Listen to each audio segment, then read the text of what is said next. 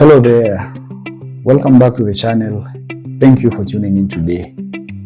In today's video, we are going to be looking at the propeller of an aircraft, ATA61. A propeller blade is a rotating airfoil. A propeller is made up of two or more blades attached to a central hub, and this central hub is mounted in front of the engine crankshaft or the engine's main shaft.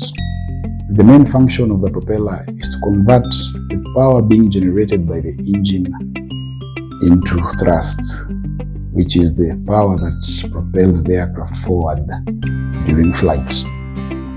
A propeller blade has different parts, and in this video we're going to be looking at the 6 basic parts that are found on a propeller blade. 1, we have the blade tip. 2, we have the blade shank, which is near the roots of the propeller. Then we have the blade leading edge, at the leading edge of a propeller blade. Then we have the trailing edge, the blade face, and the blade back, depending on the type of propeller. Next, we're going to be looking at the terms that are associated with a propeller.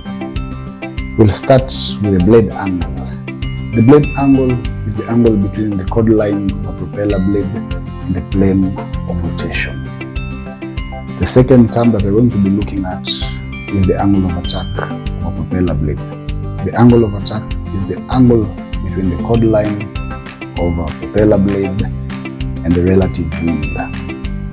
Thirdly, we're going to be looking at the propeller pitch. Pitch is the distance in inches or in millimeter that a propeller section will move forward in 1 revolution. Next, we're going to be looking at the geometric pitch. The geometric pitch is the distance that a propeller will move forward in 1 direction in 1 revolution. Next, we look at the effective pitch. The effective pitch is the actual distance that a propeller moves forward in 1 revolution. The difference between the geometric pitch and the effective pitch is known as propeller slip, and this is given in percentage. Finally, we look at the pitch distribution of a propeller. The pitch distribution of a propeller is the gradual twist of the propeller from root to tip. This is to ensure that the force being generated by the propeller blade is more or less the same from the root to the tip, because chord line varies in length and the size. So to ensure that all the forces being generated by the propeller is more or less the same, there is a gradual twist from the root to the tip of the propeller. Next, we're going to be looking at the installation of a propeller. If a propeller is installed in front of the engine, this configuration is known as a tractor configuration or a puller configuration. If a propeller is installed at the rear of the engine, this is known as a pusher configuration. There are 3 types of propeller installation in the engine shaft.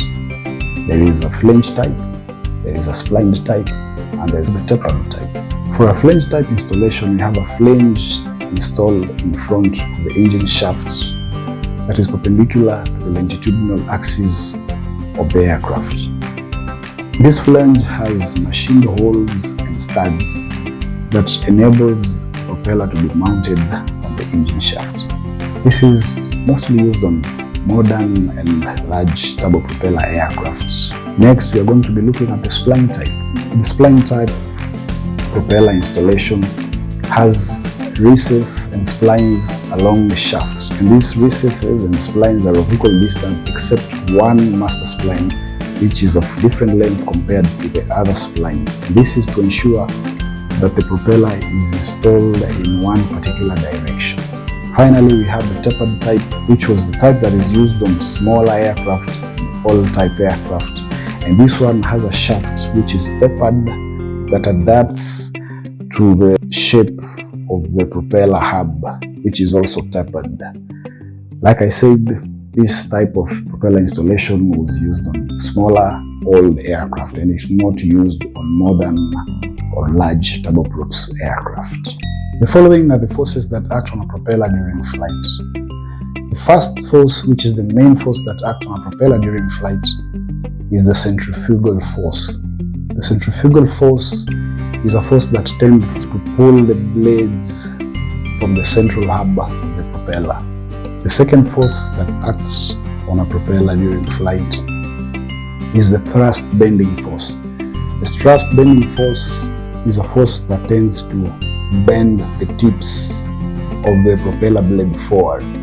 This is because the tips has a thin section, is thinner than the root, and as a result, the tips are bent forward as the propeller generates thrust during flight. The third force that acts on a propeller during flight is the torque bending force. Torque bending force is a force that acts in the opposite direction of rotation of a propeller. If a propeller is rotating to the right or in a clockwise direction, the torque bending force acts in the opposite direction, that is the anti-clockwise direction, in opposition to the rotation of the propeller. The fourth force that we're going to look at is called the aerodynamic twisting moment. The aerodynamic twisting moment is a force that tends to increase the blade angle of the propeller. Finally, we have the centrifugal twisting moment. The centrifugal twisting moment is a force that acts on a propeller that tends to decrease the blade angle of the propeller. This force acts in opposition to the aerodynamic twisting moment. These are the basic forces that act on a propeller at any given time during flight. Thank you for watching this video till the end. If you haven't subscribed to the channel, I humbly request you to subscribe to the channel, and you can also turn on your notifications so that you'll be notified every time we post a new video. We also request you to share this video with your friends, with your colleagues, with your networks, so that the video can be helpful to as many people as possible. Thank you, and we'll see you in the next video.